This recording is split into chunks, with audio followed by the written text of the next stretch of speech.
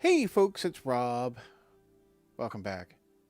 Uh, Tonight I felt like playing a bit of BattleTech, and I thought, yeah, it's my favorite game from 2018. Um, I know it's weird. I don't have a lot of favorite specific favorites, but in this case I do, and I played certainly plenty of this over time. I have completed a campaign. Um, I have never actually completed a Merc career. Uh, Unfortunately, the game does tend to break eventually at some point, which causes me to be frustrated, and I just kind of drop. But it's usually like after I've already put in I don't know how many hours, and I'm like I've been playing for more than a month, and I'm like, yeah, I'm okay. I'm gonna do something else now. Like something else gets my attention. But I thought maybe this will be an infrequent item I'll do while streaming whenever I feel like doing it. Uh, I was sitting here and I was going to play, and I'm like, you know what? I should stream. So we're going to do a new campaign. Going to do a standard campaign, and we'll just set her up.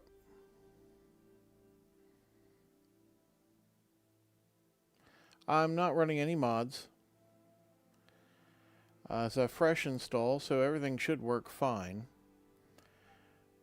I was running 3062 for a bit. I don't know. Sometimes the mods go too far in what I want to do. I'm really interested in a 3025 era game. I'm not that into like post 3050. I'll be absolutely honest with you as a BattleTech fan. Um, BattleTech fan. The things I do as a BattleTech fan. Also, you think this would load faster. Did I not put this on my... Did I put this on... I don't know. So, I am Kameo Harsereno, High Lady of the Oregon Reach, Protector of Cormadir, and Sword of Restoration, all that kind of stuff. Why can't I hear her?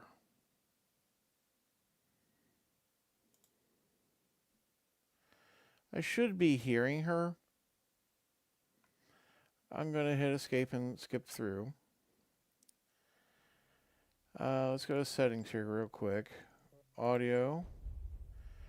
So there's the master volume. Voices are up to high.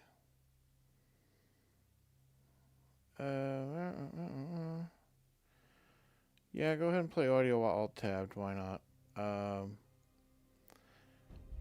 Multiplayer for this game does exist. You hardly find anyone to play with unless you know somebody to play with. It's the only way I've ever played multiplayer in this game is playing with my cousin. He's... I should let him win sometime, and he might play with me more often. I need to learn that someday. But anyhow, yeah, audio seems to be set up fine. I don't know why we weren't getting any audio there. Confirm that. So, welcome to Oregon Reach. The Oregon Reach is a small kingdom in the Rimward Periphery, a region of space that lies at the outskirts of the more densely colonized inner sphere. It is home to the Oregon Coalition, a federation organized around a parliamentary monarchy and ruled by the Arano family. For 3 generations under the rule of House Arano, the Oregon Coalition has remained a relatively peaceful corner of the periphery. It is here your story begins. So, this is near the Torn Concordant, which is a different periphery state. It really are quite periphery. This is a new thing introduced for the game. I don't mind that they came up with this new periphery state for this purpose. But here we see like some choices of where we started from as our character. Decades ago, your family came to the Reach from. So, House Kirita, that's quite far away in the inner sphere. Free Worlds League, that's also not nearby. Federated Sons is closer for the inner sphere. It's one of the two that really are conceivably closer. Lyran Commonwealth is on basically the far side of the galaxy from you. Well, from far side of the inner sphere. The inner sphere is not small. The Capellan Confederation is conceivably closer. It is basically one of the other closer options. Tauren Concordant, like I said, you're basically next to as the Megastry of Canopus. All right, there's an periphery state that is nearby. Then there's just Rimworld Periphery. You're just from farther out, right? And then the Deep Periphery, well, you talked about Rimworld. No, we're even past that. Just from way, way outside of regular human civilization. But, you know, these small little colonies, outposts, etc. are populated, basically, due to the decline of technology and the ongoing secession wars, things kind of fell through the cracks. People kind of disappear, and with that, they kind of go out into the outer worlds and just, yeah. There's a lot you can do with these options. If you're not familiar, this is well, they're fierce, disciplined, relentless fighters, no matter odds. These settings, these states were formed in the 80s by the people at FASA in the Midwest. And Kurita's popular, I'll say that. You got the dragon. The Free Worlds League, made up of a bunch of cultures. Kinda... Nobody hates Americ more than Americ. But if they're attacked, they unite against anyone who's attacking them. Federated Sons is kind of like the pseudo good guys of the setting. Lyran Commonwealth is kind of like that too, but they are just like, we are industrial and material wealth, and our leadership is full of idiots who bought their way into titles. Yeah. The Capellans are basically space communists in a way too, that is bizarre. And they're meant to be the space bad guys in a way. Draconis Combine is in a way space bad guys. Like the typical kind of lineup is like Draconis Combine versus the Lyran Commonwealth and Davian, the Federated Sons. Meanwhile, the Free Worlds League is kind of on the opposite side of the Lyran Commonwealth, and the Capellans are in between the Free Worlds League and the Federated Sons. And the Federated Sons is next to the Draconis Combine. And they all fight with each other, but generally aren't reaching across the aisle, right? They are going to fight mostly with the people who are next to them.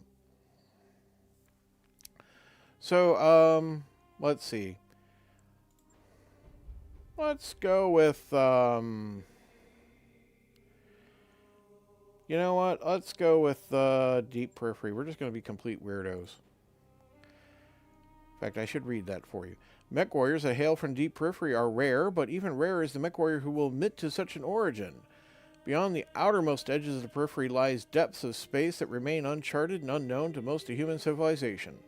Little is known about these regions, but they are far from uninhabited. The Deep Periphery is littered with abandoned colonies and small outposts, isolated from the rest of humanity. After the fall of the Star League, General Alexander Kerensky led the remnants of the Star League Defense Force into a Deep Periphery, disappearing from the inner sphere and from recorded history. Now, all these like highlighted things, you can kind of be over that and get more information if you want. For those of you who aren't familiar with these kind of things, the Star League is like when these states were all one big place. And the Star League was like, we are all great, we unify humanity, let's go and conquer all the periphery states too against their will. So, yeah, they did that. And then eventually it became like, we can't... Tex Talks BattleTech will take you through all of that. I highly recommend it. I wish he would... I understand he wants to do his job well. He wants to do it thoroughly, and he has a day job. It's fine. Everyone has that wish for he would make more, but he's doing fine. You are of noble birth. That's pretty typical for a mech warrior. Though immigrants to the Oregon Reach, your family soon established a comfortable presence in a small backwater system on the edge of Oregon space. By the time you were born, your family had become de facto ruling nobility of the system's only inhabited planet. You were the oldest child, heir to the family titles, and ancestral battle mech, and old blackjack BJ-1. Well, I know, you can have a little laugh at the BJ-1, but it's a 45-ton mech. That's all you really need to know right now with kind of long-range weaponry. This is where you met Raju Mastiff Montgomery, a veteran of the Secession Wars, whom your parents hired on a season to train you as a mech warrior. So that's this guy. Raju was strict but capable teacher, and you quickly became a skilled pilot under his tutelage. It was an uneventful life. So, until the day of your 16th birthday, when you were exiled, you were struck out on your own, your family went bankrupt, your family died in an accident, your family was betrayed. Now, these different choices have effects. All the ones we've done before really aren't going to be anything more than flavor. But in this case, if we were to be exiled, you can see here, we get this +1 gunnery and +1 tactics. Now, gunnery is basically your ability to aim and target the weapons of your mech. Kinda. It's the direct fire weapons. Tactics is called shots and indirect fire for missile systems. And a bit of how far away the sensors work. Piloting is your ability to actually pilot the craft. And guts is your ability to just, your physical health. You can withstand more heat. You can withstand more injury. You recover from injury faster, right? And we can do these different options. We always still get the same blackjack regardless. But you can see that the skills differ. Piloting and guts, gunnery and guts, tactics and guts, piloting and tactics, or gunnery and tactics, right? I like gunnery and tactics, but that means we got to be exiled. You committed an unforgivable transgression and were sentenced to life in exile. I'm not into that background. Struck out on my own. As heir of a noble family, you grew up wanting for nothing, and as it turns out, you couldn't stand a life of pampered nobility. Finally, one night, you stole away with the family's ancestral battle blackjack and set off to find a new life to call your own. It's not a terrible background, and these are good skills. I tend to avoid any of the ones where you get guts. I'm just not that impressed with guts.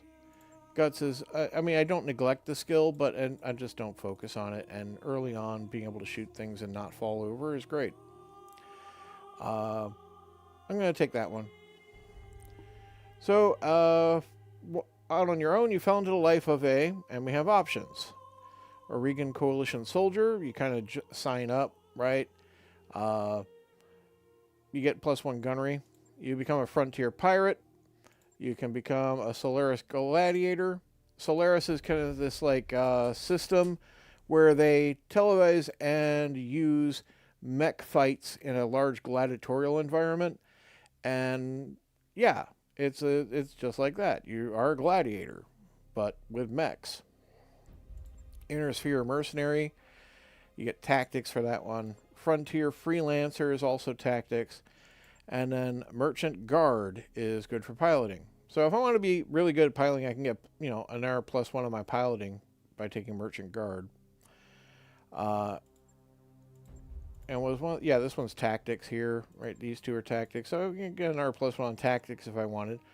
Or, we can balance it by being a gladiator or a soldier and get that +1 on gunnery. Now, Cormordier is the capital of the Oregon Coalition, as it says right here, and that is where some of what we're going to have going on. But Being a soldier is not terrible. I like the kind of like being a gladiator. It's flashier, right? You took your skills as a mech warrior to the famed arena planet Solaris 7. I mean, it sounds like something a 16-year-old would do, right? There, you eked out a living as a gladiator, fighting for the crowd in minor arenas, getting by from paycheck to paycheck, and paying for repairs. It's obviously a lot of money throughput, not a lot of leftover. So, until years later, you cross paths with Reiju Mastiff Montgomery once again. And again, here he is. You were a low-level champion, down on your luck, and one bad fight away from the gutter, until Raju heard about you.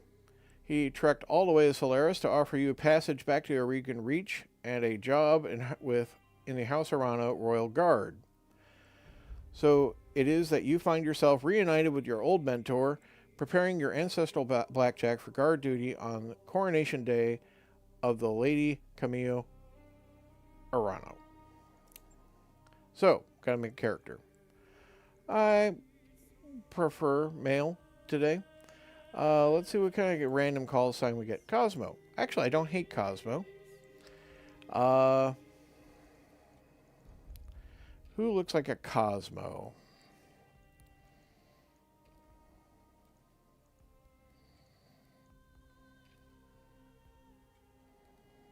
Because I haven't loaded any additional portraits in. We're just going to have to work with what we got.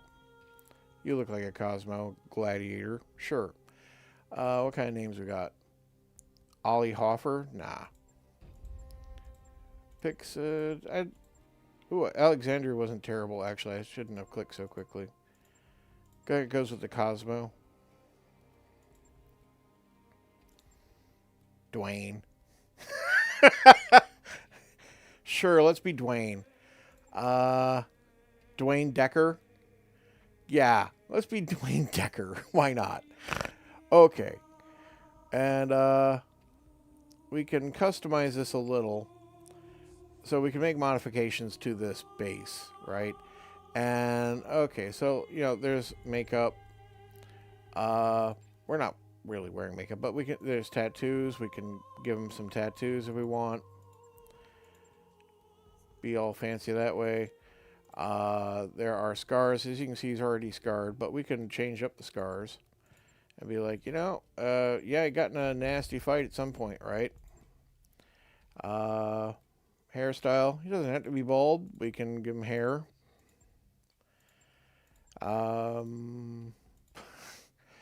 Yeah, some of these are fun. Trust me, this is not going to be very important in the game. This is just for fun.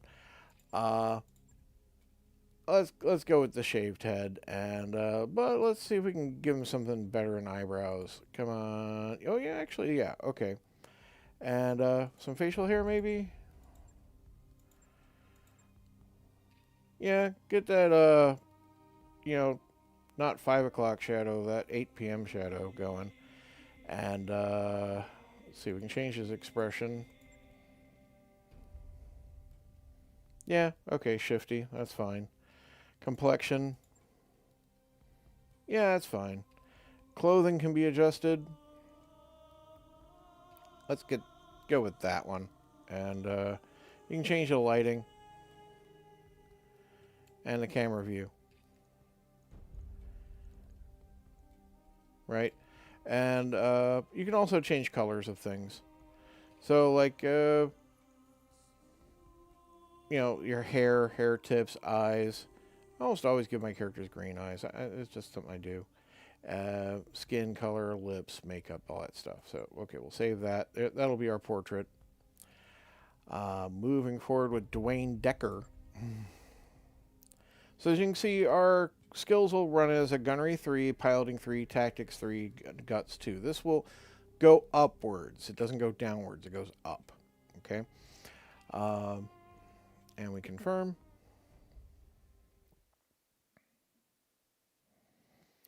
The High Lord, Tamati Arano II, the second is dead. The Aurigan Reach is left an uncertain crossroads. Once prosperous, it is now a kingdom in decline, surrounded by powerful neighbors. Lord Santiago Espinosa, brother-in-law to the late High Lord, is convinced that the slow-moving Council of Founding Houses must be dissolved. His proposed directive would be to conscript their house guard and centralize power under a single throne. However, the High Lord's heir, the noble Lady Kamea Arano, is determined to rebuild the Reach without transforming it into an authoritarian state. She refuses to enact her uncle's directive and has rebuked his vehement pleas to reconsider. On the morning of Lady Arano's ascension to the throne, her loyal captain of the guard, Raju Mastiff Montgomery, makes preparations to escort her to safely to the coronation procession that awaits her in Cordia City.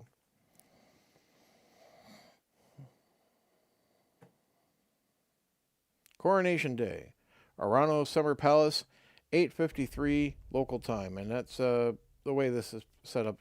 It's morning. Is it going to be like a 24-hour clock? I don't think it's going to really come up much either.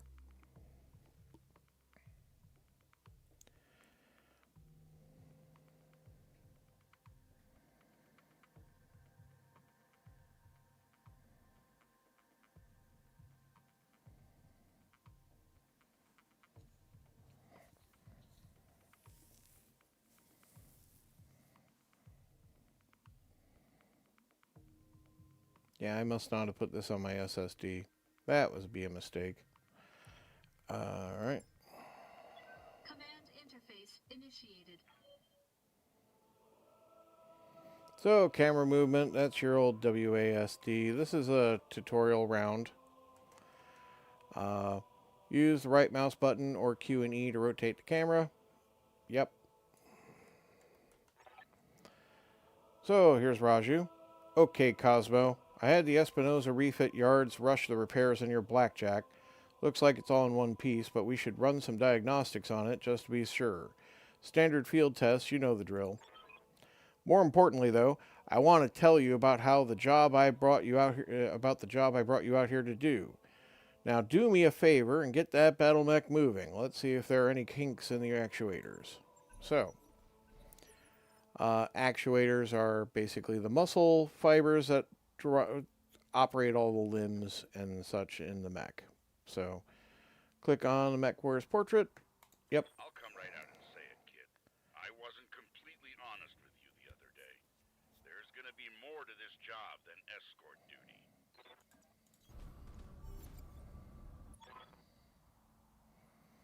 I brought you here because there is something wrong in the capital. It's been too quiet since High Lord Tamati's funeral, and I'm worried about Lady Kamea's safety during her coronation procession. Anyway, it looks like your actuators check out. Let's conduct a weapons test. Target one of those burnt-out old urban mechs and open fire.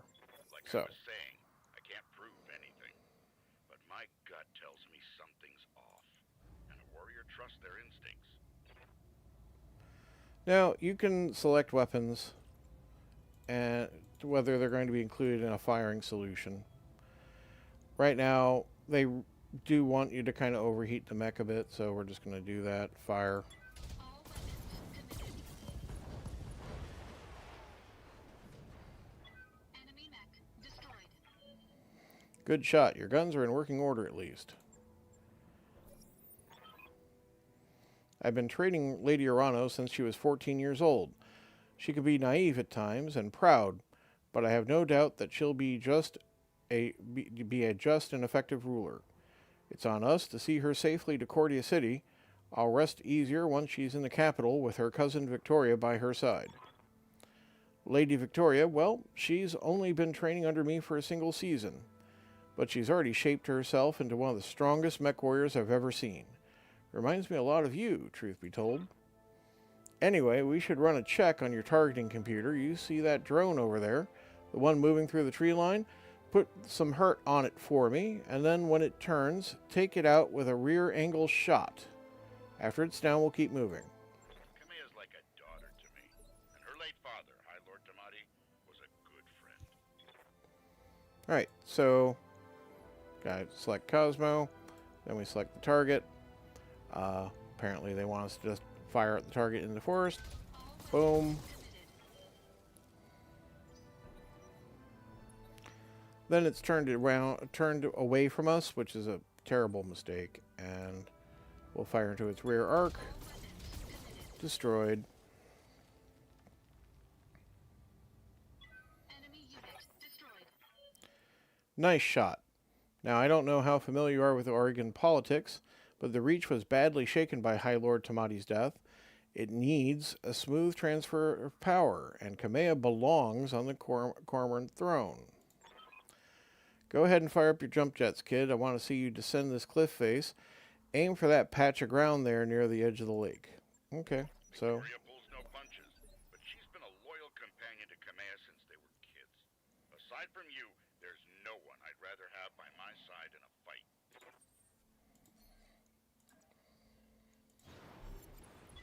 Enemy detected. Yeah, I was afraid of that. Jump jets build a lot of heat, and that was more than your engine could handle. Head on into that water. We need to get you cooled off. Okay, so yeah, the whole thing overheated. Warning, plasma leak detected. Jump jet malfunction. Jump jet systems damaged. System inoperable until repaired. Oh, for the love of gods. This is what I get for insisting on a rush job. Not that I had much of a choice. The Espinosa refit yards were backlogged like you wouldn't believe. Looked like they were trying to process every single Royal Guard mech in time for the coronation. There isn't any time to get your jets replaced, so we're just going to have to make do without them. Go ahead and take that mech down with a melee attack. I want to be sure nothing else is going to break down your blackjack before we take it on the Cormorant Road. Now, I'd rather not have damaged this mech right now, but I don't think it matters. This is all very tutorial-y. So all we need to do is just close with this thing and clock it. There we go. A little headbutt. Mechs don't really tend to headbutt, but that's how we've animated it, kind of in a way. This thing doesn't have proper arms. It has gun barrels. So, good hit. At least that's solid. All right, one last test. I want you to take your blackjack up to a sprint and evade my attack. Okay. That engine, kid. If something goes wrong today, I want to know that your mech can maneuver. So, being very particular about how we can control the mech, but, you know. Full throttle. Generally, it's good to move a lot to avoid being hit. That's one of the fundamentals of the game. Congratulations, Cosmo. Your blackjack's as combat ready as it can be, given the circumstances. From what it's worth, I hope that my suspicions turn out to be unfounded, and we end the day having a good laugh about what paranoid old man I've become. But if not, then I know you'll be ready. All right, time to move out.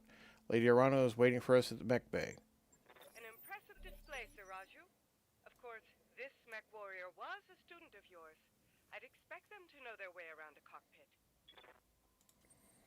So we just head over here, and we can just run to get there right away.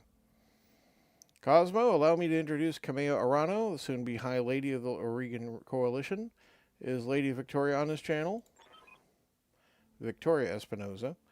For the time being, my father has summoned me to the Picton docks. I have a fleet inspection and a tour of the family refit yards to preside over before the coronation. Behold the responsibilities of a noble daughter, a fount of tedium that never runs dry. I know the feeling, cousin. By this time tomorrow, I'll be responsible for the entire Reach. Give my best to your father, and don't be late for the tourney. The gambling dens are already taking bets on how long it'll take me to cripple that customized monstrosity you pilot. Ha!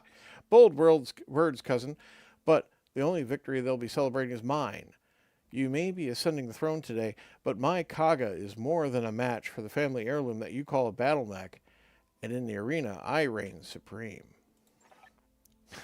Well, see, cousin. We'll see. At any rate, I will see you at the tourney grounds. Sir Raju, I am ready to go when you are, overland along the Cormorant Road, as is the Arano tradition. Aye, Kamea. We'll get you there in one piece. Cosmo, fall in line behind me. And remember what I told you. So, Successful. that's that mission done. We move immediately into the next mission. And by immediately, as fast as a, platter drive can load it. I remember the Oregon Reach of old, the time of the Great Expansion. I was just a boy then. Proudly we went forth, bringing the light of our coalition to so many systems. And for what? To see our great kingdom slowly waste away? Year after year, the Council deliberates while our economy falters, and the wolves bay at every door, while covetous neighbors plot against us. Well, I say, it can go no further. We are here today because if Lady Arano will not act, someone must. I know what I'm asking of you. You will face former comrades, or even loved ones, on the battlefield. I take up arms against my own niece. But remember, today we sacrifice so that tomorrow we can return our kingdom to its proper glory, to its proper strength. So should you fall tonight, know that you did so as true heroes of the Reach. To your stations, for the Directorate!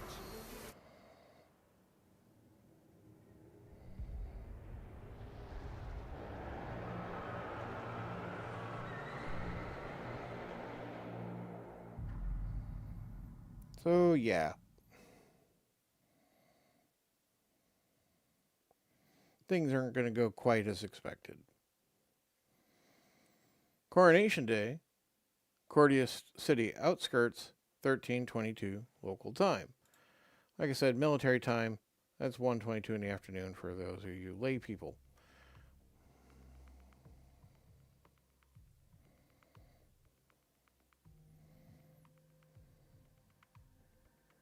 So yeah, dear uncle is starting a coup. Hardly a secret to us, right? Afraid it's not going to be immediately apparent until we get into the game just a little bit. But we do need to load this map. So once I have this map up, we'll have a long chain of events that we'll play through. After which I'll probably need to actually stop the stream at that point, because it'll be a fairly natural resting point once we've gotten through all the actual prelude. Command interface initiated. Kamea Arano. I'm going to miss this, Raju. The clarity of purpose that I feel in this cockpit of this battle mech. The simplicity of it. But there they are, just up ahead, the city gates and my future, all laid out before me. Wait, is that... what's that smoke? A guard post. One of the small ones that dot the roads leading to the capital. But the emergency band's been quiet all morning. I haven't heard anything about any fire. This is damned odd, and I don't like it. Kid, keep your head on a swivel and be ready for anything. Yeah. Okay. So... Mastiff's got a nice Centurion.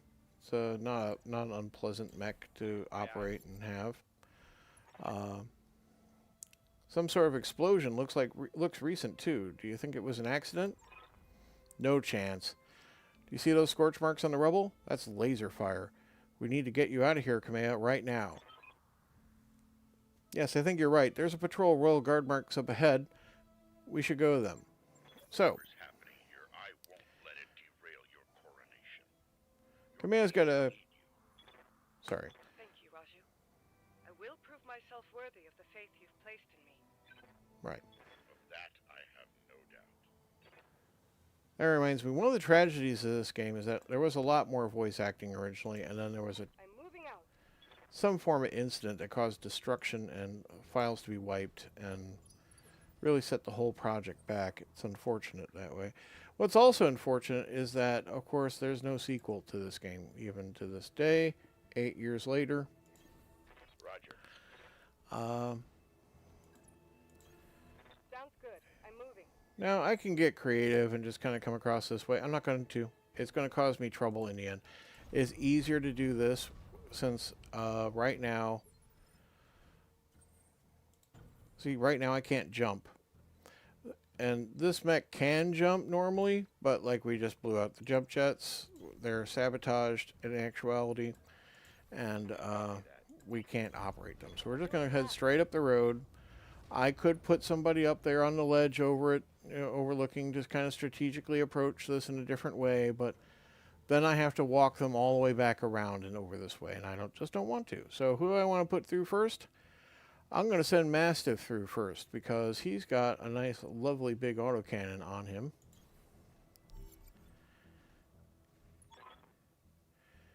Hail, Mastiff. Hail, Lady Arano. We were preparing for Lady Arano's coronation parade when we got word of a disturbance along the Cormorant Road. A guard post behind us was attacked. Sir Raju found evidence of laser fire. Is the road behind you clear? Aye, all the way to the southern gate. Lead the way, Sir Raju. We'll fall in behind you and guard your 6. Tell me something, guardsman. If the road is clear, why is your battle mech damaged? Our mechs are overdue for maintenance, but that isn't important right now. We need to worry about Lady Arano's safety. Now, my lady, if you'll come with us... No, you're lying to us. It's my coronation day. No mech tech would have sent you out for parade duty in that condition. I'm your sovereign, sir. You will tell me what happened here. Damn it, girl. We don't have time for this. Take them. Kill the old man and the mech warrior, but leave the Lady Arano alive. Fall back, Kamea. Get behind us. So, Didn't train me to cower, Raju. I'm going to Train me to use fight. my character to roll forward. Safeties disengaged. Of course, if you accidentally click on your other people, you're going to select them instead. Now, we're kind of in non-combat sprint mode. But I'm going to park Lady Arano in the trees here, which will provide damage reduction.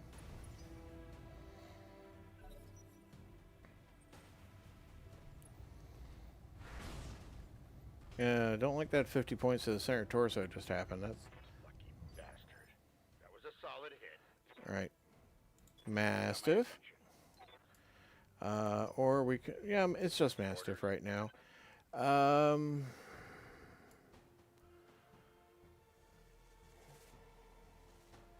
So you need to choose positioning and mobility versus evasion, right? And angle of attack they're all important. And then there's like engagement range, because certain weapons are better up close, some weapons are better at long range. We will start talking about that very shortly. But right now I'm going to do this. And I'm going to see here. We have percentages for each weapon, right? The AC-10, that's an autocannon 10. It's a very just simple lump hit. Then there's 2 medium lasers. Those are kind of bread and butter minor weapons. And then an LRM-10, that's a long-range missile 10 rack. And those have a minimum engagement range. So you don't want to be firing too close up for that. This is a good mix for this guy on the Shadowhawk, who is bracing against damage right now. So there's a damage reduction he will get because of that. Here we go. But we blew up an entire side of the mech, It was a critical hit, lad. which is quite good. Before he can really do anything, and he misses his melee attack on us. Alright. Now, You have my Kamea. attention. If I get in behind Acknowledged. I'm moving. the enemy, I can get into the rear arc, which, as you can see, this close range engagement means that the LRM's not very suited to that. However, this character has a multi-target ability. So I can go that one, and I can switch that to target B. It's not much better, but it is better, and I will just take that. Discharging weapon. Good hit.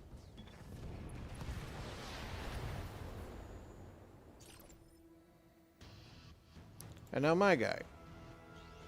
Now these AC-2s are also long-range autocannons. They're the lightest and smallest ones, but the longest range. There's also an aiming penalty for firing autocannons repeatedly. on repeating rounds. And that is another thing that your skills can kind of counter. It would be best if I could get a rear angle attack. I'm going to get probably a side angle here. I'm pretty sure that's what we're going to get. Because the cover still applies of being in the forest. And if we're going to be in, well, you know, this is fine.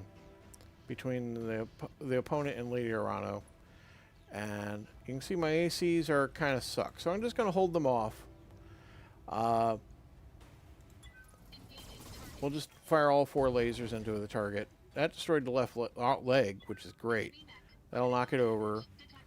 The pilot will already be injured from the side torso being blown up, and it's another injured to the pilot.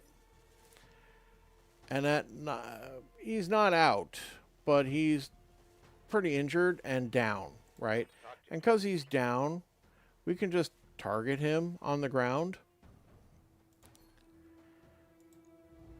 And because he's not moving, we can target subsystems, actual portions of the mech. Now, ways to take out mechs. You can destroy the center torso, you can destroy the head, and you can destroy the legs. If you destroy both legs, salvage is pretty decent.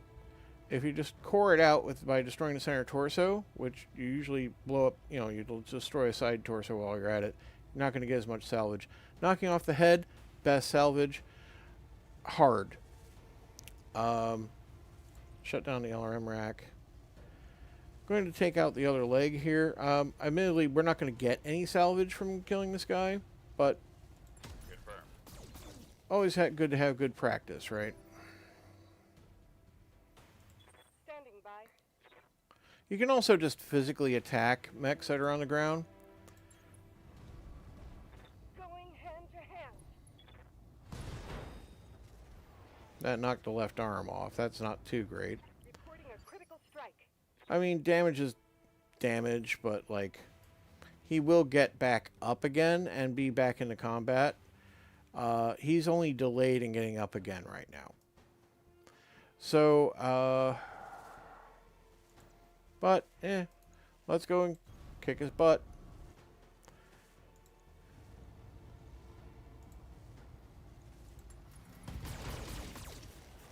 That's the left torso destroyed. Every side torso destroyed causes an injury to the pilot. And so this is Alexandra Madeira. Static. Kamea, static. Kamea, can you hear me? Alexander, we were just attacked. The Royal Guard, my own guardsmen, tried to take me prisoner. It's happening here too. The Royal Guard are killing one another in the halls. Lord Carosa's house guard just got gunned down in front of me. The tourney pavilion is a slaughterhouse. I won't let these seditionists, whoever they are, steal my birthright. We need to rally every loyalist we can find and make a push on the capital. I'll take the throne by force if I must. Go to Rotura Township to the armory. Your soldiers are using it as a rally point. I hear Lord Decimus sent his house guard there a few minutes ago. Someone's here. I have to move. Rally what forces you can and meet me at the tourney grounds. Be safe. You heard him, Mastiff. Rotura Township. We'll go there. Rally our fighters and march on the southern gate with an army at our back. Kavea, I know that you and Lord Medea are friends, but we can't take what he told you on faith. Right now, we don't know who we can trust. In this case, we do. Alexander has been my closest friend and confidant for as long as I can remember. His loyalty is beyond question. I trust him with my life and yours. Now take me to the armory. As you command, my lady. Traitors in the guard. And I fear this is only the beginning. Follow me. Keep close and remember your training. Things are likely to get ugly between here and there. And I like how they gave us so much of this back here, but we're not going to actually do anything back here. It's just so much of this is here. And yeah, this is the only time you'll ever see it. And Moving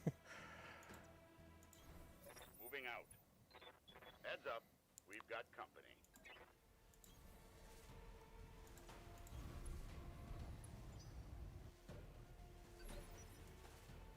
so once again, we're in combat. Our lightest, because Mastiff has a pilot ability, he moves sooner in the initiative track than his weight class would normally allow. Then there's our medium mechs, and then there are certain heavy opponents here, but also medium opponents. 2 of these will be medium weight. This one will be heavyweight. That's for an assault class. Orders. So Mastiff gets to take an action right away if he wants.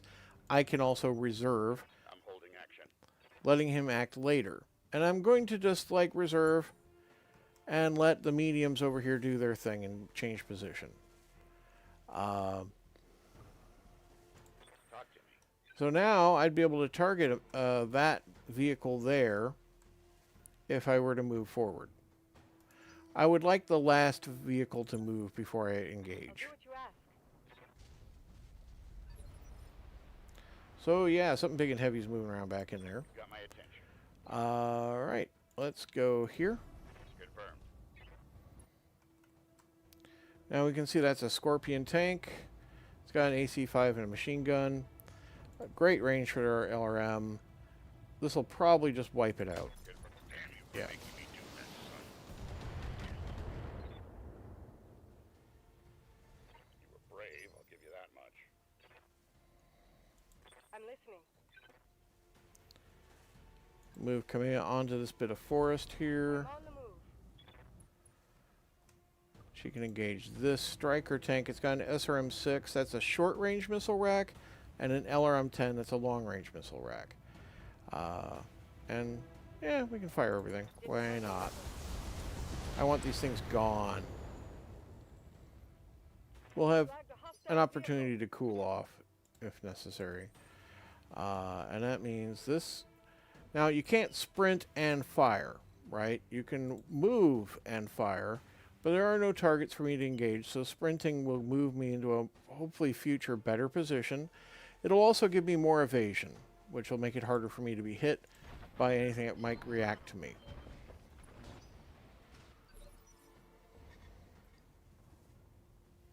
Oh, hey, Dan VGC 8782. Good to see you. What's good? I enjoy this game a lot. So that's what we're doing today. Right. Now, they're out there. You can see we have a pip. But we don't see the target. So we're going to reserve and let them just kind of reveal themselves. There we go. So it landed one small hit on my blackjack. Tell me what you need. Roger. Right, and like I said about the weaponry, this AC-10 isn't as high as it would be because I got the refire +1 on it now, right? So that's actually slightly hampered its ability to hit. I'm going to switch off the LRM rack. I don't need to use that right now. I'm actually going to switch off the AC-10. We're just going to fire the medium lasers and cool slightly.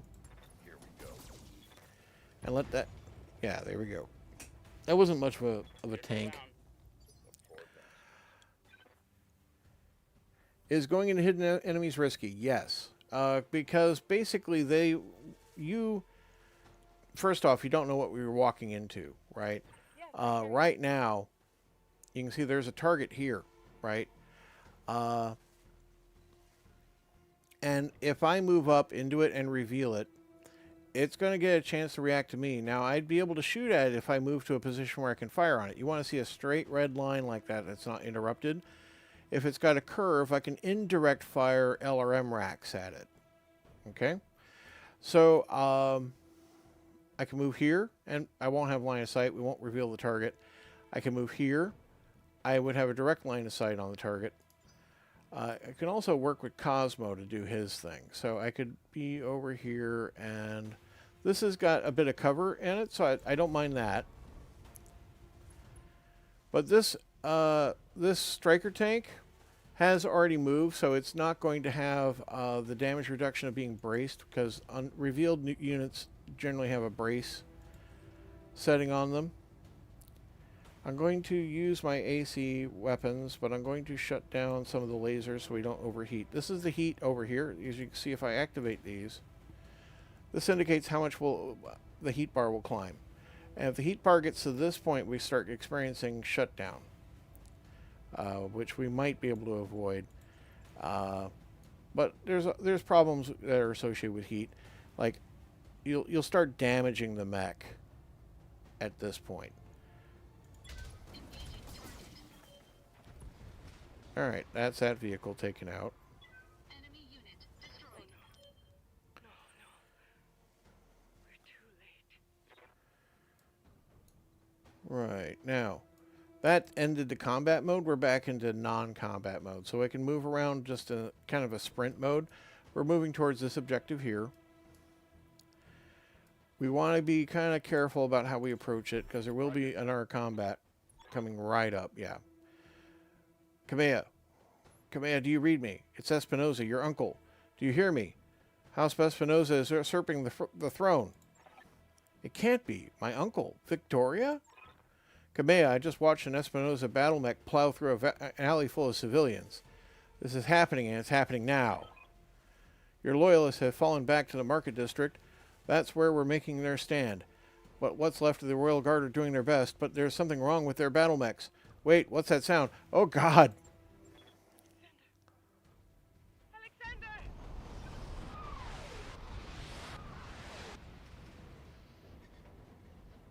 So yeah, that whole thing got shelled. Confirmed.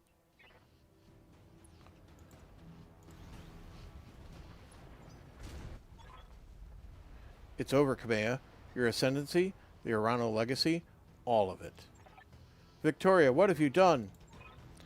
You know, Kamea, for years, I loved you like a sister. But then my father helped me see it. Your family's complacency, what it's done to the Reach, our nation dwindles like a dying star, and House Urano is to blame. My father offered you a path to glory. I'd have fought under your banner proudly, served as your strong right hand. It was like a knife in my heart when you turned him away. Damn it, Victoria, I taught you better than this. You taught me lies. Kamea, for the love of that I once bore for you, I'm going to give you a chance to surrender. I'll even spare the old man and his mech warrior if you stand down now. I don't want to see you hurt, but you cannot be allowed to rule. I'll see you hang for this, Victoria. You and your father both, do you hear me? You are traitors to the Reach, and I will fight you to the last. Then you truly are a fool. I'll spare you in spite of yourself, but you've cost your royal escort their lives. Reminds you of Warhammer 40k, and there's an archetype unit that can reveal recon on the map. Yeah, kinda. Actually, there's more than a bit of interface in fandom between... Sorry, I'm over-talking. Fail to follow these instructions, and you will have me to deal with. Yeah, there's a fair bit of interplay between fans of the two franchises, honestly. But the franchise has existed since the mid-'80s. I was an early player because I lived in Chicago and they were on game shelves, and I was a little geek. So, yeah, I've been with the game since early on. Right. So, again, we're going to use the defensive cover of the trees to take a position. And I'm going to use my early attack to kind of womp on something. Now, this Locust is a very lightweight, small mech. And once it starts moving, because it's very fast, it'll be hard to hit. So taking it out now, by just walloping it while it's standing still, catching it flat-footed, as it were, is an excellent choice. Now, this Spider is of a similar problem, but it's a little bigger and heavier. It's also actually pretty lightly armored. And then this Cicada is another... These are all speedsters, basically. This is the heaviest one of the bunch. It's only 40 tons. It's still lighter than any of the mechs we're fielding. But this will have a little heavier weaponry on it. They're all good to catch just on the ground like this before they start moving. And as soon as Mastiff is done. They're going to start playing their round. So it's really a matter of what do I think I can take out with my weaponry. And this spider is an indirect fire only. As you can see, the line of sight is blocked by the cicada in front. The locust, I have a clear shot on, but I have an even better shot on the cicada. So I think that's what we're going to do. We're going to just try to take the cicada out, and we're going to fire most weapons. I'm not going to fire the LRM rack. Although I can multi-target with this character too. I can go like, you know what? I'd like to indirect fire that LRM rack. But like I said, there's heat. We're going to generate a small amount of heat just operating these 3 weapons. Damn you for making me do this. That's one less hostile on the field.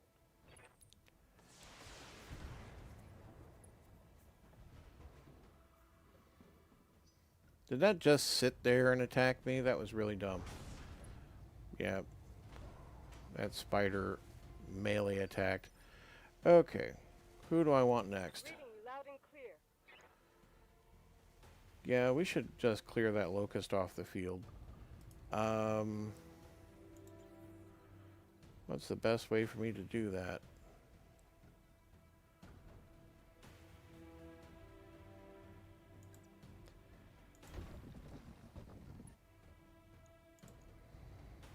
Yeah, I'm thinking 4 lasers into that.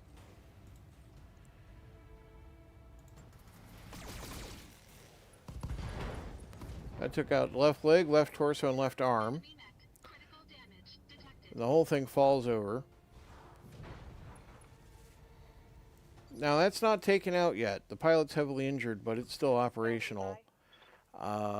We might split fire, however.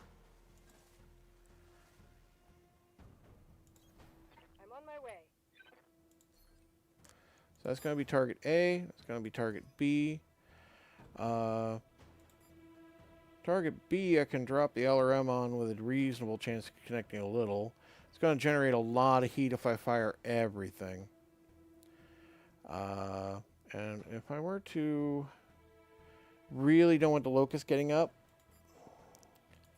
So this is what we'll do. We'll send the SRM racks at the spider, which is just going to shave off a lot of armor on it because the attacks and damage will be distributed.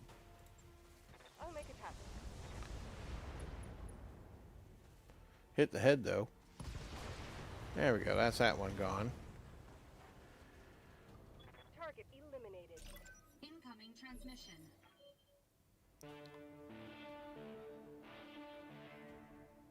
Attention, citizens of Coromedere 6.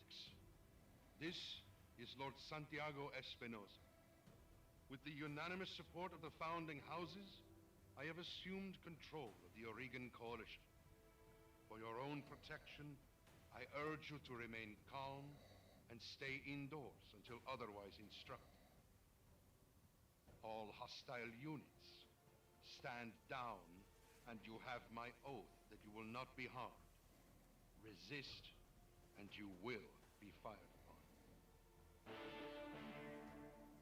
upon. I mean, it's not really a secret. Father placed his faith in that man. I gave him my trust. He was family. Don't get overly used to all the voice acting that's in the game. A lot of it is what's left is in his section. But, the little PA signal, I just kind of love it. It's kind of fancy and ostentatious, and just, I don't know. To hell with the weapon. Makes me happy. There we go. Punch that one out.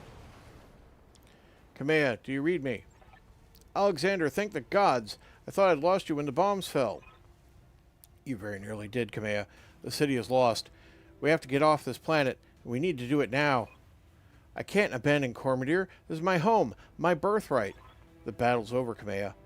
Lord Madeira has it right of it. It's time for you to run.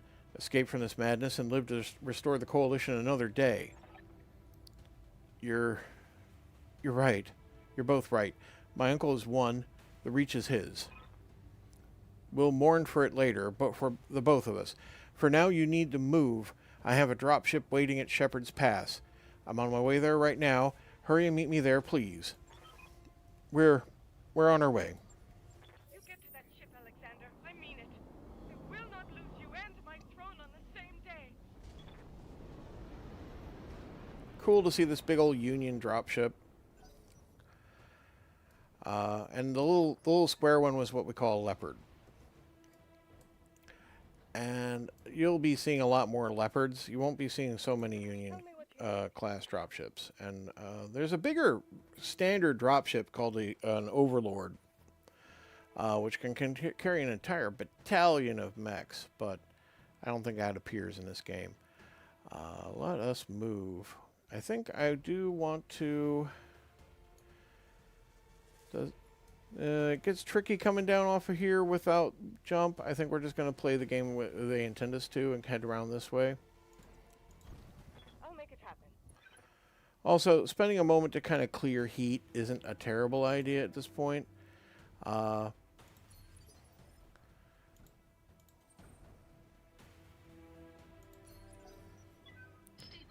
There's also a stability factor you need to consider.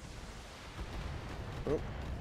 But yeah, that's the best place for us to take that hit. We are very much braced and damage reduced. So, as you can see, the missiles only did like 2 points of damage. Alright, let's move into here. And, okay, there's a striker there, and then there's this scorpion back there. I think we will multi-target this time. So I'm just going to use the LRM rack back there and hit the striker with the main weapons. I do want that eliminated quickly, so I am going to fire the AC-10. Giving him everything I've got. There we go. Never stood a chance.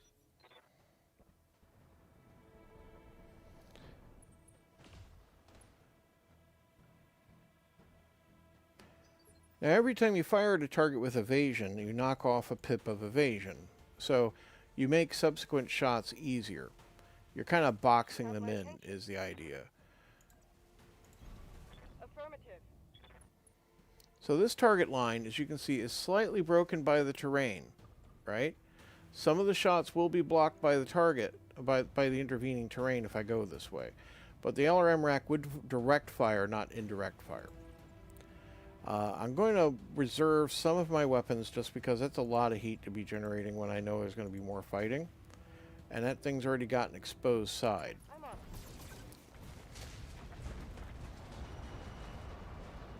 Enemy vehicles down. Okay. So now we're just kind of advancing. Again, I don't want to get too far ahead of myself, and my character's way up here and back. So I'm going to sprint forward. Let this turn end. And now we'll resume moving forward, because, you know, you can see we have an intermission point here. That's going to activate our next round of stuff. So, I know I'm going to need to go up this road. But at the same time, I know we're going to have combatants coming right at us soon. Let's do that. Yeah. This is your last chance, cousin. Don't make me order your death. Do whatever you must, betrayer. A headstrong fool to the end. Damn you for this. Captain Houst, destroy them.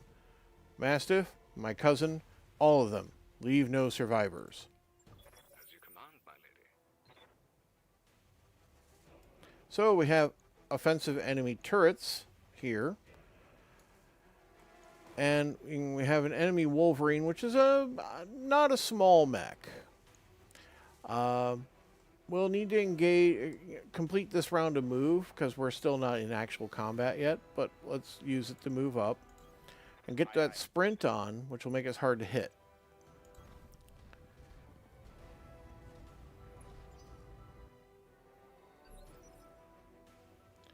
So once again, Mastiff has this, like, you know, advantage of being first.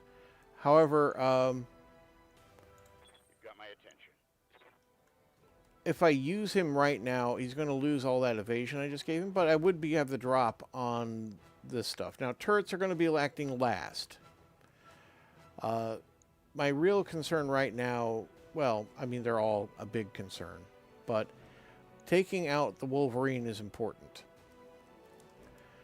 How do I want to go about doing that? Well, probably come up like this. And again, I'm going to split fire between that and this. So I'm going to leave the LRM rack for the turret, and I'm going to fire all that on the Wolverine. Roger.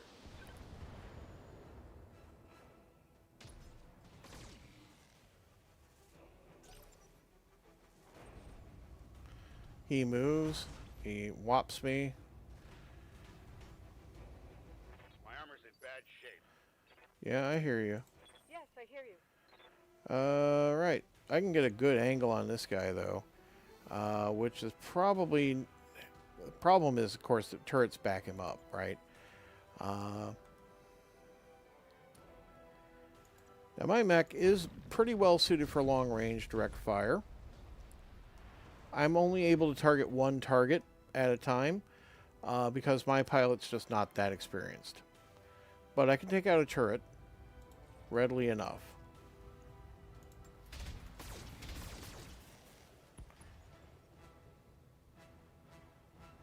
Target destroyed. Reading you loud and clear. And I think what we'll do with Kamea is position her like this Location confirmed. and split her fire as well.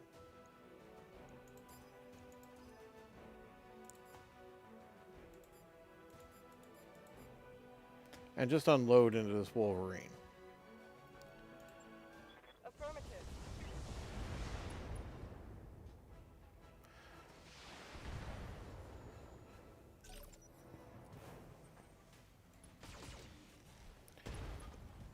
Oh, my AC-10 ammo's been destroyed? That's not good.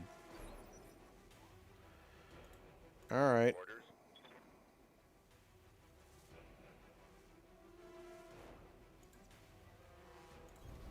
Copy that.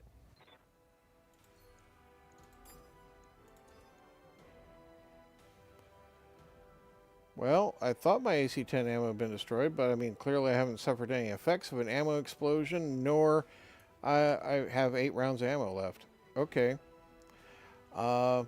Sure.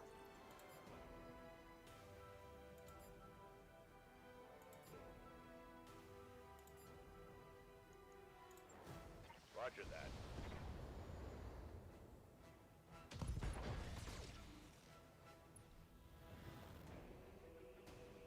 Take that as a lesson.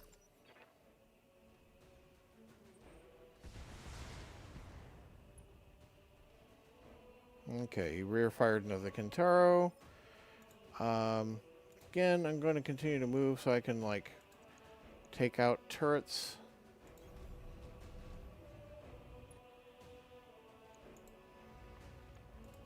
All weapons committed.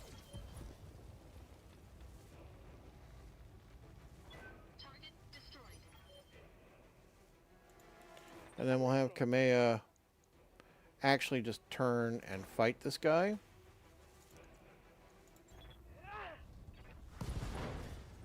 That's the left torso and left arm destroyed. But it's still fighting. It's like the Black Knight and Monty Python, if you're familiar. You've got my attention. It'll bite your knees off if it needs to.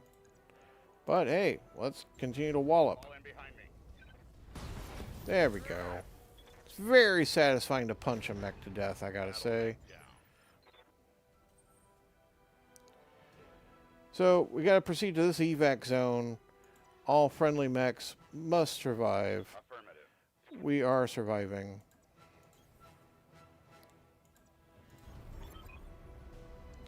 So that's Alexander. Thank the gods you made it, Kamea. Captain Halvorson's prepping the engines now. In another 5 minutes, we'll be ready to depart. 5 minutes is a long time, Cosmo. You see Lady Arano to the docking ramp. When she's aboard, come back to me. We'll hold this pass against whatever comes. Thank you, Sir Raju. Thank you both. I won't forget what you've done for me today. I promise you that. So now I'm going to send Lady Kamea off to the dropship. I'm on it. That's another leopard appearing. All units, advance. I want you to take down that dropship. Destroy everyone and everything that stands in your way. All right, Cosmo. I trained you for this. We'll fight side by side. Watch each other's backs. Above all else, we'll keep Lady Arano safe. Protect the dropship. That's all that matters. Warning. Engine heat critical. Warning. Error. Shutdown initiated. Error. Reactor offline. Weapons offline. Systems inoperable. Trouble with your blackjack, Cosmo? Shame. That's been happening to a lot of Royal Guard battle mechs lately. You have numbers on us, and you resorted to sabotage, and you're gloating about it? You've got no honor, you vicious little brat. Not you nor your backstabbing father. Shut your mouth, old man. My father's a great man, and I swear to all the gods you will suffer if you insult him again. Your father is a coward, and so are you. Cosmo, I want you to eject, now. Punch it out. You're no good to anyone in a broken mech, and I won't let you die today. Eject, mech warrior, now. That's an order. Now, come from me, Victoria. Your teacher is waiting. Come and show me what you've learned. Mission successful.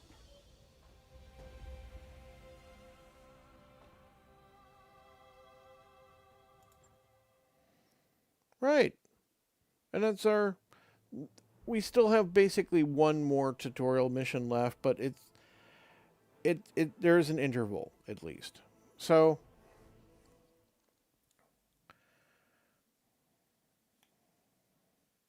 As you can see, we have the fight ongoing here.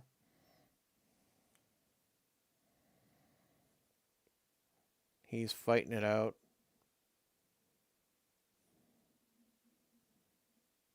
There really should be audio over this. I don't know what's up.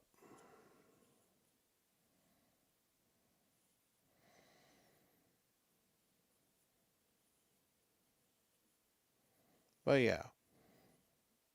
Mastiff's mech blows. She wins. They stand over the wreckage.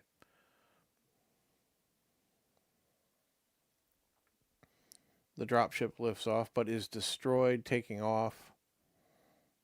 Kamea Arano dead. Deposed noble killed during escape.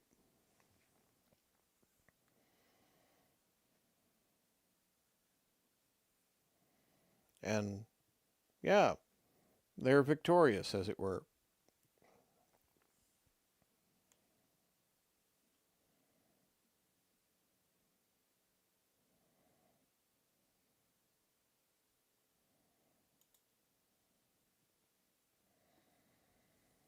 Now, 8 hours later, in high orbit over Cormadir. This is Darius Oliveira. Easy there, Dwayne. You took a nasty crack on the head when you punched out. Don't worry, you're safe now. My name is Darius Oliveira, and I'm the XO of the Markham's Marauders. We're a mercenary outfit with ties to House Arano. We did some work for High Lord Tamati way back when. I'd introduce you to Commander Markham, but he was on a supply run in the market district when the bombs fell. He didn't make it. Well, we have choices. These don't really... they're just role-playing choices, really. And, I'm sorry for your loss. Yeah, I am too. He was a good man. A lot of good people died today. We picked up your distress beacon on the emergency band as we were on our way off planet.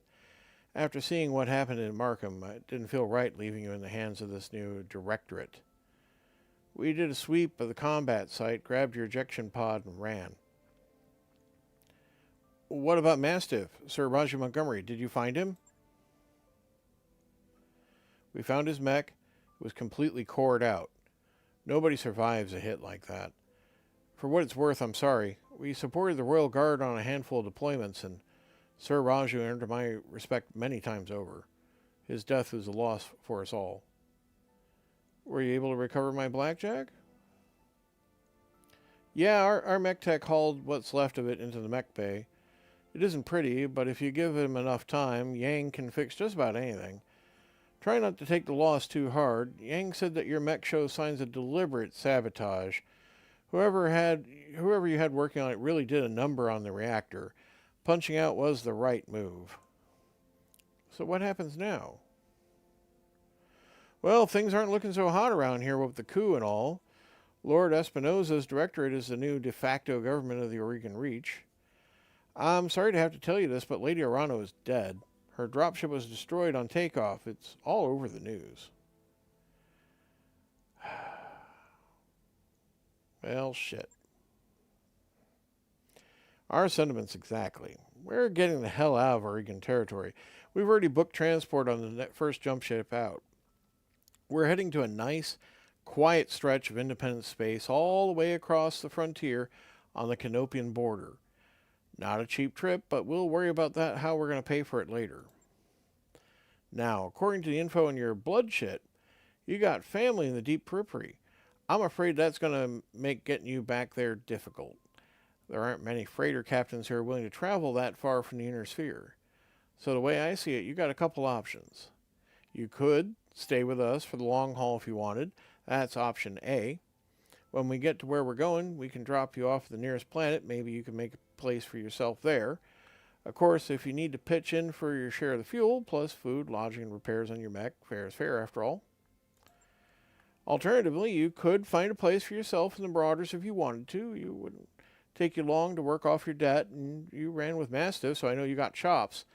Think it over, sleep on it. You've had a hell of a day, and we got a long road ahead. 3 years later. Kareen Rimworld Frontier.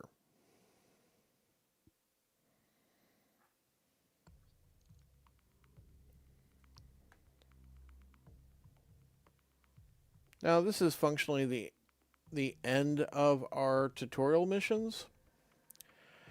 And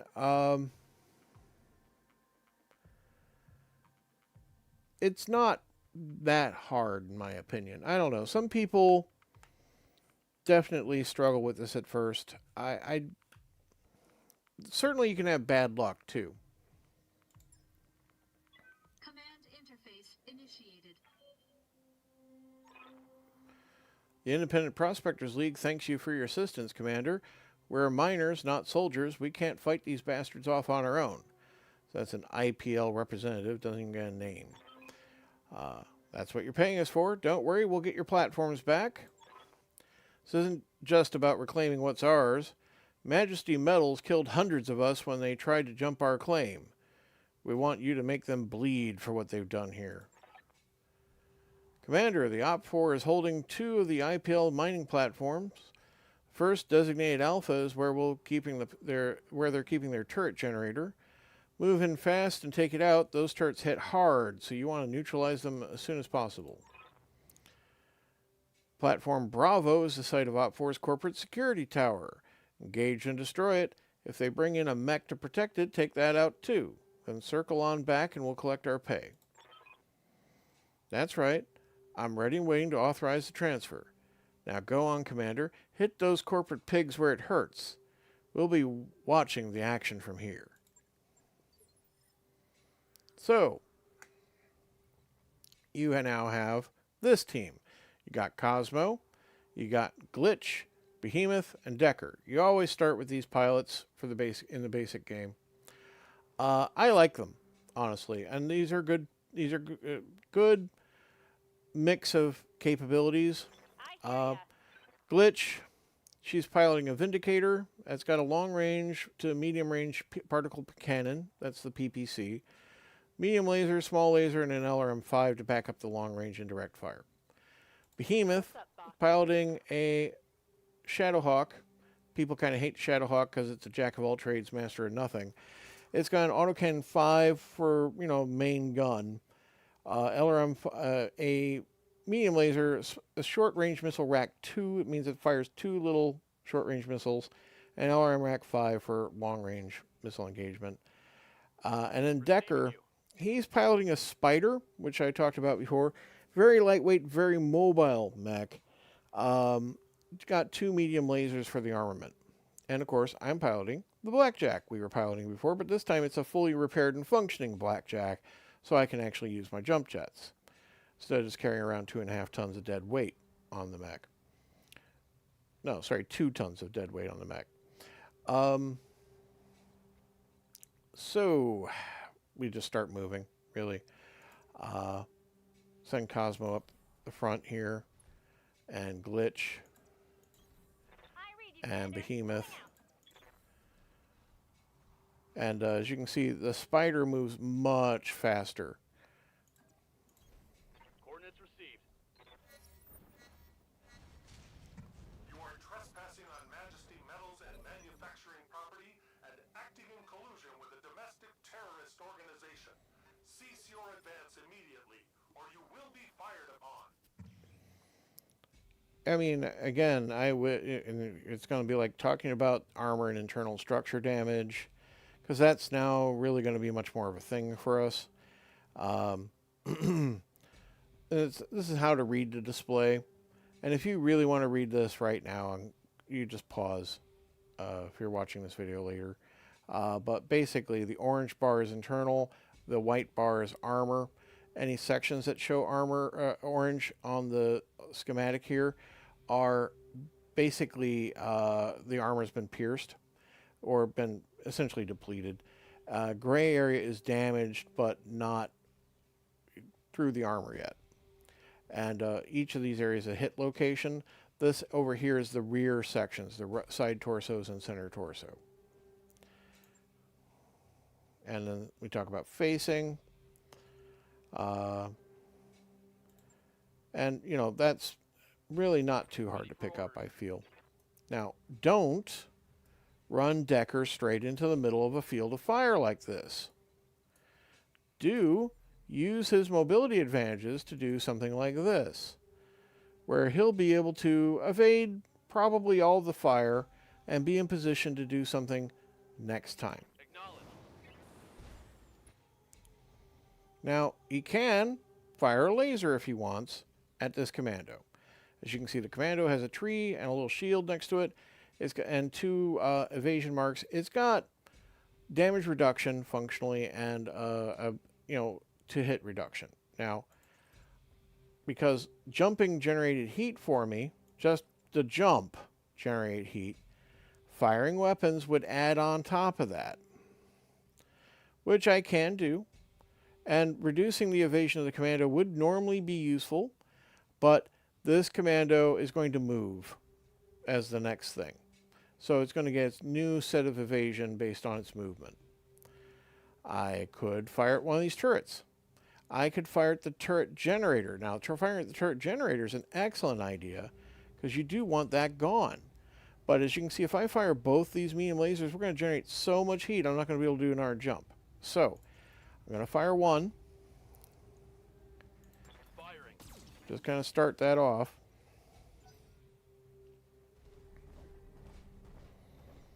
Now they got a Spider there. They haven't done much with it. Their commando hasn't done anything, interestingly. Right.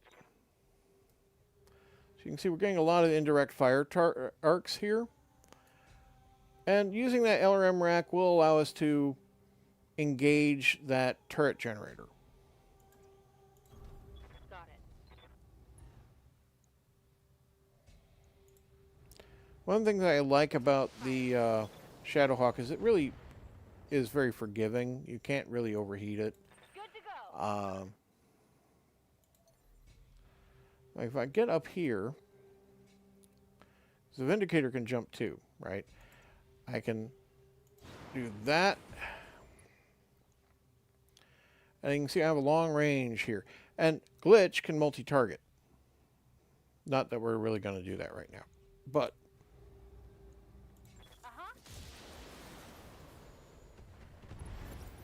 And there we go. That takes out those turrets, Brought it down, Commander. which will help us a lot. And then I'm going to sprint this to get him in a better position for next turn. Full throttle. And we're starting combat over again. So, new round. Yeah, fired on my spider, but my spider's got a good position and good evasion. I can move him now, or I can reserve him. If I reserve him, this spider's going to move. And I think I will reserve him right now, because I'm not really worried about the spider. And part of what you can do with spiders is get in behind things and just being really annoying. But we're going to need to jump from this high position. Got it. Right? And now I'm in the rear arc of the commando. Firing both lasers is within my capability without overheating. If I move across this red line here, it's going to cause damage to the inner structure of my spider. And as you can see, one of those missiles did hit and knock the armor off the leg. Roger that.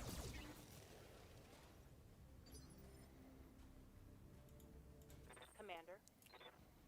Let's see. Waiting for orders. I can have Glitch kind of come over here. Time to fly.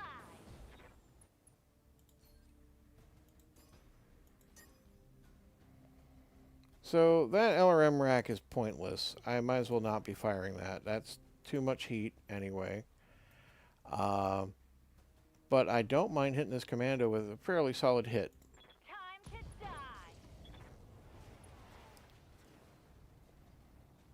There's more where that came from. Yes, Commander.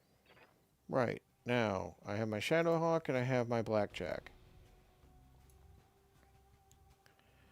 It's really nice to take out targets. Highly advisable. Lifting off. I do like the mobility they gave us initially. Affirmative.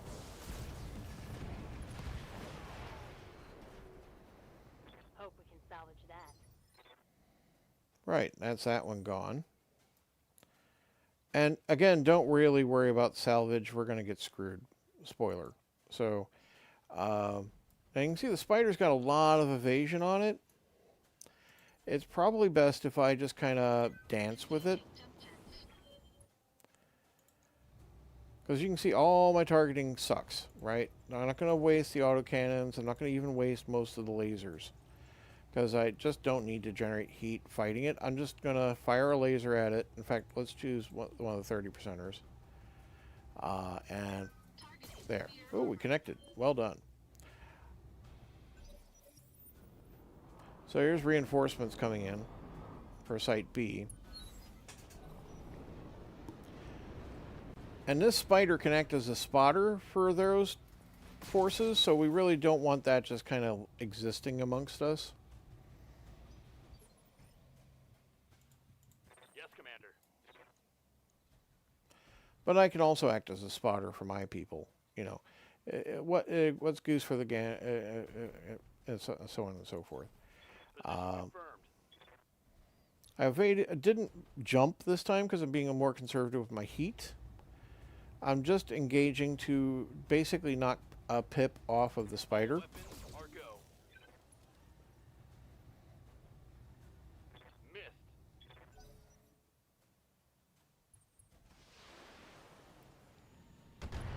See, they're indirect firing on my position thanks to the spider spotting. Alright, let's use Glitch. How about we just like punch this guy? You got a small laser on you, which will also engage in a melee attack. That kind of short range weapon will auto fire with that. Also gives you an opportunity to lose a lot of that heat you built up. And hey, we punched its head off. That's fantastic. That'll be good. If only I was going to get the salvage. Should have run when you had the chance. Now, they can't see me. So they can't engage with me. And I'm free to kind of move around. and clear heat and that kind of thing. So you can see they're over there. I'm going to brace. Just going to let them move around down there. Good to go. The Shadowhawk really doesn't have any heat to worry about, but I am going to move like here. Double time. Let's go. It's my tankiest mech, so I'm going to put front. This is where it tells us about heat, like I've been talking about. Gaining heat is built by firing weapons. Heat has effects on the mech, such as causing damage to your internal structure and can cause shutdown. And you should manage your heat. Reduce heat buildup. Click the dot next to the weapon and the weapons panel to toggle it off. Standing in water or other cooling terrain will also reduce heat each round. And then there's stability, which we haven't talked about very much. You can just kind of rattle the can, as it were, and make it fall over, right? It causes a piloting check to happen, which you don't get to see, and the mech will fall over. So, gaining certain weapons like LRMs cause stability damage to a mech. This is shown by the yellow bar on the mech readout. Effects. Taking stability damage can cause a mech to become unstable. Unstable mechs lose their guarded state and are unable to sprint and may even be knocked down. Once the mech is knocked down, falling mechs injure a mech warrior and temporarily set them back a step in the initiative order. So, it doesn't necessarily cause damage to the mech falling over, which it would in tabletop, but it does slow them on the initiative order, and it sets up that targeting we were talking about before.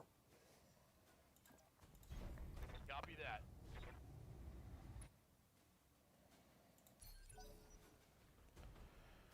But yeah, we'll clear our heat while we're set up to engage with the next group. As you can see, we've got a mech coming right up the path here. But I'm going to reserve. I'm going to let them take actions. I'm going to let them come at me. Waiting for orders. Heading out. So they got a Shadowhawk, and they have that Scorpion tank down there. And you can see the Shadowhawk's got some evasion, it's got some braced because it did really engage in combat. I can, I can basically indirect fire at the tank, right? Sometimes the straight lines are actually arcs, right? If I engage here, we'll start softening it up, even if the damage is reduced. Engaging target. Also make it easier to hit for anyone following on. Waiting on Glitch. What do you got for me, Glitch? You're just going to be basically indirect firing unless I can get you into a good position. Which I don't think exists. So we'll just jump you across the path here. And we'll just let you knock off the other pip.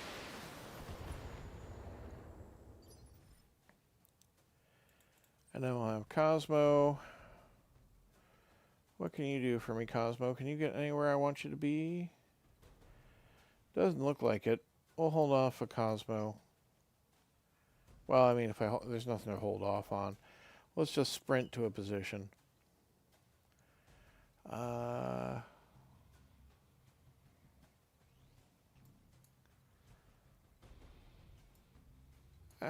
a huge fan of coming around this way, actually. Let's go over here. Set that up. Full throttle. Right. New combat round. So, again, I have Decker. I can have Decker do things. I'm not going to have Decker do things right now. Waiting for my opening.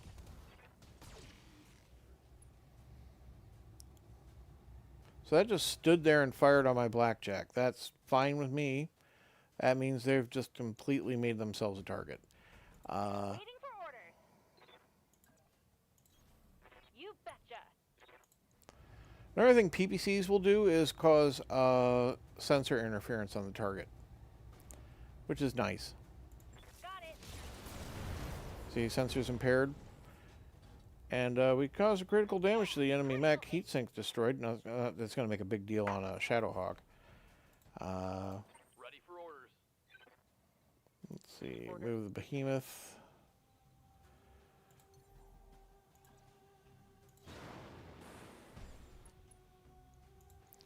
Continue focusing on this target.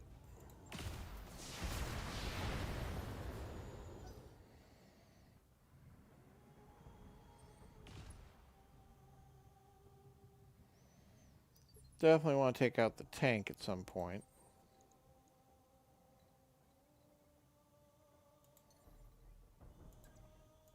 Engaging jump jets. Alright, let's open up with our laser fire. Engaging target. Alright, blew a torso off with an arm. Enemy mech. Critical damage detected. Standing by. And then, well, you know, not too keen on smashing Decker right into something, but what we could do is I can run down the slope here and kind of engage from here. Location confirmed.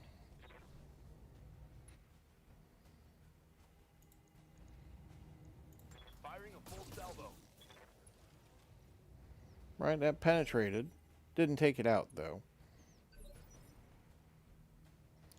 And Decker gets another move, which I could use to just kind of close with the target and stomp it. I copy. Because I used Decker last, and then I used Decker first on the new round. Trash heap. If you're like, why do you move that guy twice?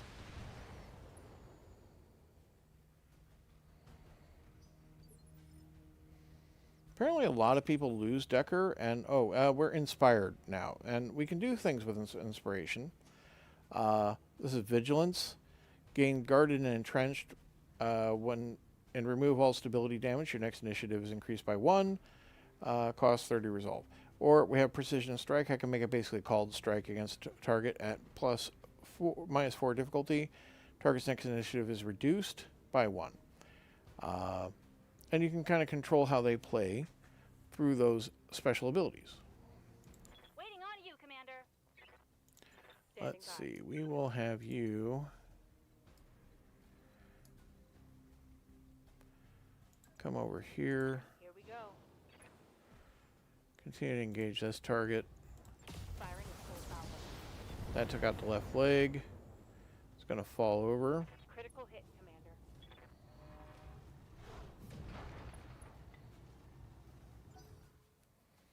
Pilot's still going, unfortunately.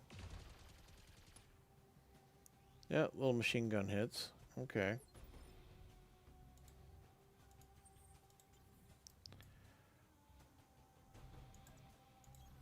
Got it.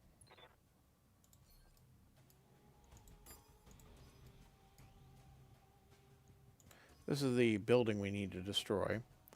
So I can have that on the long-range weapons.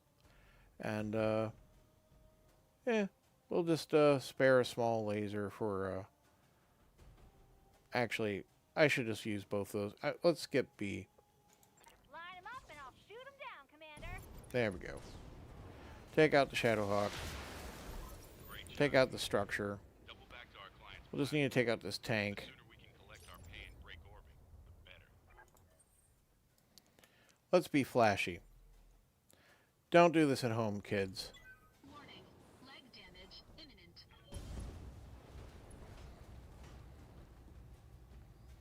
Enemy unit destroyed.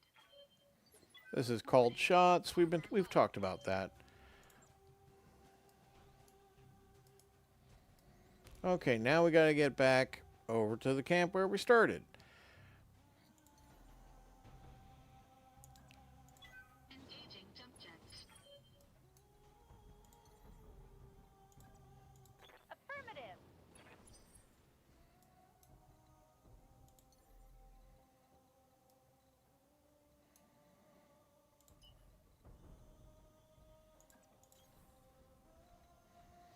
Now, don't just run Decker over here and have him stand there by himself. Bring your crew up. This is Resolve. We were just talking about Resolve. Shipboard morale affects Resolve. It enhances your ability to gain it over time. Basically, it's a resource. Once it's full, you can start... You won't get more, but you can definitely use it to do things. Coordinates received. and it is quite useful. Just going to have Decker stand there for a moment and let us catch up. Stabilizing.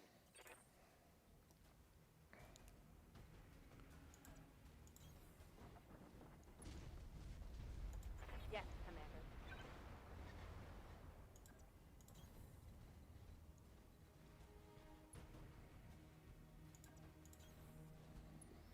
Okay. Moving to position. Brilliant work, Commander. We should have no trouble mopping up the other platforms now that their defenses are down. We got the job done. Speaking of which, I wasn't finished. These platforms won't do us much good if we can't hold them. Majesty Metals taught us that. So we're going to need your battle mechs. You're going to want to reconsider that. Why? Your lance has already been target locked by our turrets. Now, power down and surrender and we'll let you walk. Or try to fight and we'll tear you to shreds. Your call. Well, there goes our goddamn payday. Hold tight, Commander. We're on our way. So, yeah, backstabbing jerks. Ready for orders. So, they also have a turret generator. Just gonna point that out.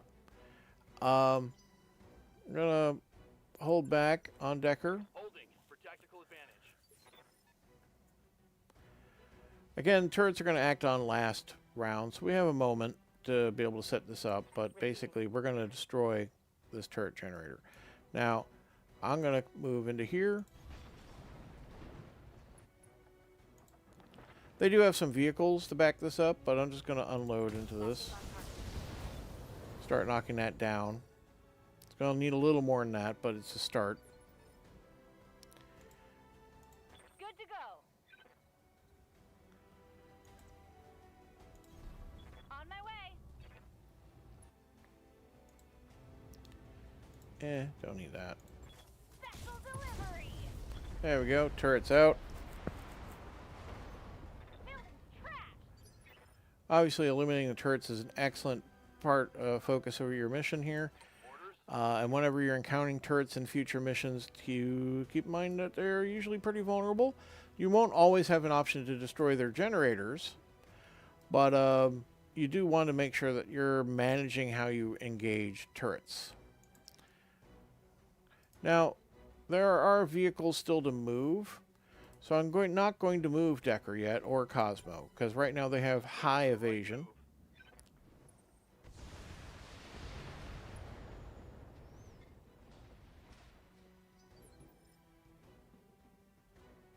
Still one vehicle to move, it's right there. But, you know, maybe I can move Cosmo.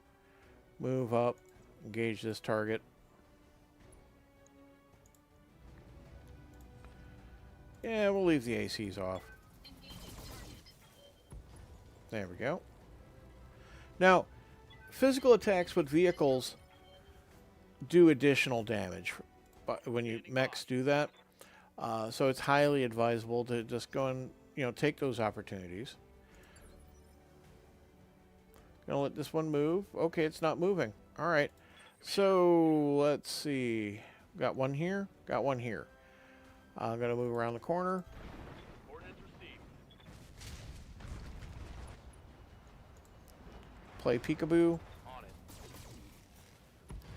There we go. That's an R1 out. Reporting. Vehicle destroyed. We are nearly done with this encounter, actually. Right? This vehicle is going to move on the next round if I reserve. Roger that. Standing by. There we go.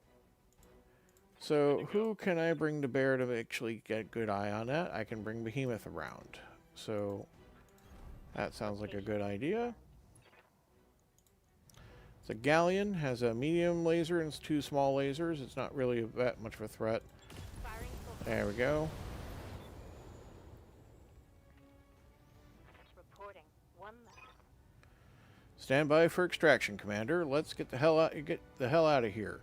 Oh, and Darius? I know, Meyer. I know. You want our team meeting. Give the man a prize. Mission successful.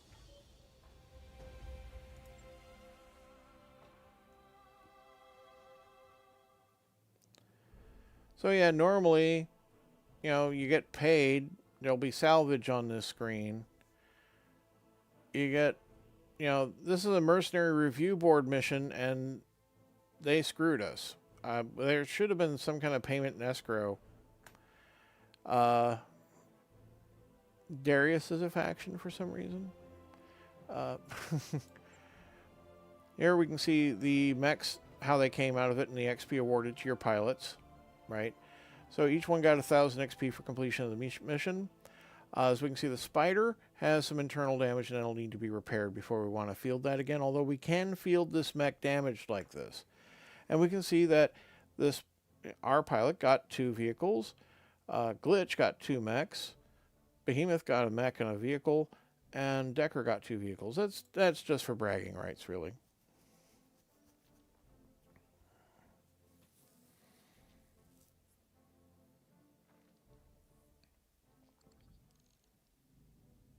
Rent to own. In orbit.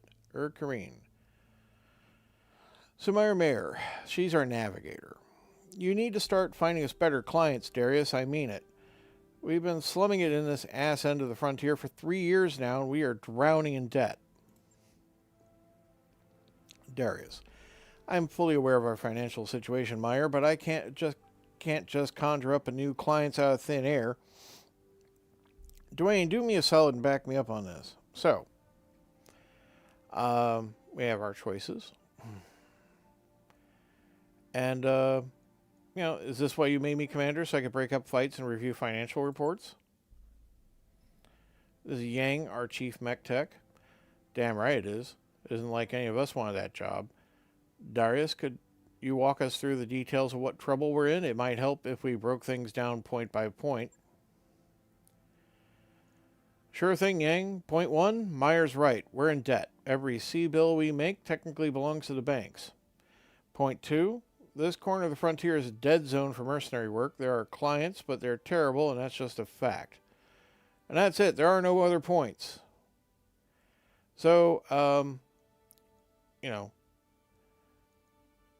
we're in a bad spot. What are we going to do about it? I don't see what else we can do, Dwayne. I'm already serving up every legitimate contract I can find. Unless you want me to sidestep the Mercenary Review Board entirely, we're basically out of options. Go around the MRB? No thanks. Taking an uncertified job is a great way to wind up with a knife in your back. I'm going to just point out the obvious. We just got betrayed on a border-certified job, Yang. How much worse could it get? Plenty.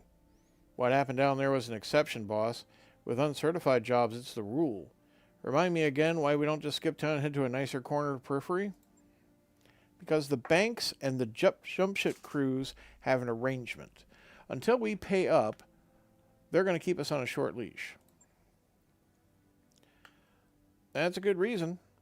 Look, Darius, Meyer's right. We need to start earning some real money, and we need to do it soon. It's only a matter of time before something breaks down and I can't fix with duct tape and good intentions. So I have a background as a loner. I have this speech option. If I were afraid of taking risks, I would never have left that gilded cage my planet's called a home. We're going to have to be just as bold. You hear that, Darius? The voice of experience speaks. Going around the MRB might kill us, sure. So might 1,000 other things. We're mercenaries. Taking risks is our business, but we need to get paid. It's settled then. I'll start digging for contracts outside the MRB system. Who knows? Maybe it'll work out for the best. It wasn't like we got all that much to lose. In the meantime, we need to find another paying job, and our prospects in this system have completely dried up. I recommend booking travel to a neighboring system and seeing what the review board has for us. With any luck, we'll find enough work to keep going until something better rolls in. So the banks are holding our jump ship access hostage until we repay our debts. For now, we can only go between Kareen and the nearby systems of Alloway, Bellerophon, and Detroit. Our top priority right now needs to be finding work so we can raise cash. None of the contracts here are very good. I picked out the only viable one I could find, and it helpfully includes our travel fees as part of the deal. Come by the command center when you're ready to review it. So, now we have control of the game. And we basically completed all our proper tutorial stuff. And there's a lot we can still, there's a lot we can do. We have some money. We have mechs in the bay, right? Go to the bays. Come on. Thank you. I do want to make sure this is repaired, right? It's going to take 1 day and $900. That's fine. In the command center, we have contracts. There's one contract. It'll take us to, let's see, it goes to Bellerophon. It's going to take us 12 days to get there. They'll pay us not a whole lot of money. It's not a very hard job. It's a recovery mission. There's some negotiation that can happen with the compensation. We'll get into this probably more next time because I really do need to wrap up for the night. I have work in the afternoon. So, but we have our barracks here. We have mech warriors. They all have some experience thanks to our recent engagement. So, as Cosmo here has plenty of XP to be awarded, and you can functionally train his skills in ways that you want to do. They will have increasing effects as we move up the chart, and there's limited pathing and branching here. I think we'll talk about that next time, though. And you can also go to the hiring hall. You can hire some more pilots who happen to be here. Costs money. There are only so many slots in the barracks. I've never really had that much of a problem with slots, but there's currently with the base setup, you can only have 8 berths, of which 4 are occupied. You don't count. And you can go to the store. These are parts of mechs, not complete mechs. Full mech would look a little different on this icon. They don't have a full mech for sale. The bigger it is, usually the more expensive it is. Don't even consider this right at this point. It's not really something you can do. You need 3 parts to build a mech, and they don't even have 3 parts for sale of anything, even if you did have enough money. Equipment. This is non-weapon systems, jump jets and heat sinks usually, but also certain other specialty systems might be visible. Ammo. These are ammo bins for supplying weapons. Some weapons do require ammo. Weapons. So this is various weapon systems, and some of these will be a little unusual sometimes. A UAC is an Ultra Autocannon 2. That's actually quite nice. Would like to get that. LB-20X is a kind of like shotgun version of an autocannon, the biggest one actually, the 20. Things that have a plus next to them are usually advantaged in some way. Like this is +2 accuracy. You might also see a ++ or even a +++. Some things don't have the pluses next to them because they are just functionally just different lost tech items, like this LB-20X. Don't sleep on these, but sometimes you could also just spend money you can't afford to spend on things like that, right? Some of these are just straight up upgrades, right? This replaces an AC-5 with just basically one that causes more stability damage, while this one has more accuracy. I gotta assure you, hitting the target is better than anything else.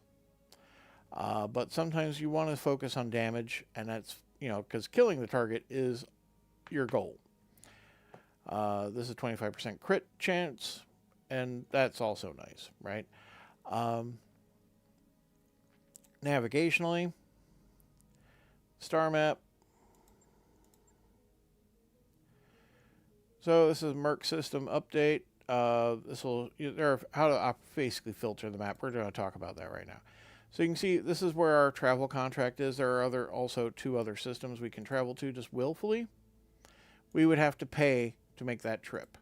And if we go here without taking the contract, we have to pay to make that trip as well. You can see how the worlds are described. They have various attributes. The challenge rating is the difficulty of the expected contracts. Over here are the local factions. This one here is the local pirates. That's the Free Worlds League. That's the Magistracy of Canopus, and this is just the local system. the planetary government itself. So, yeah, this is the Canopans over here. This is the Free World League up here. This purple area. This is the Capellans. This is the Oregon Reach over here, and this is just unaffiliated periphery space, which is what we're in. Okay, well, we're going to back up out of that because we're not doing any of that right now. Captain's Quarters has neat things you can do, too. You can customize the company. You can review your reputation and your finances. But it is quite late, and I keep talking. We're going to save the game. And I'm just going to set a save like that right now. And I'm going to wrap up because I really do need to go. So I hope you have an excellent day. Thank you so much for watching and listening. If you like this content, hit the like button. It does mean a lot to me. And I'll see you next time. Goodbye.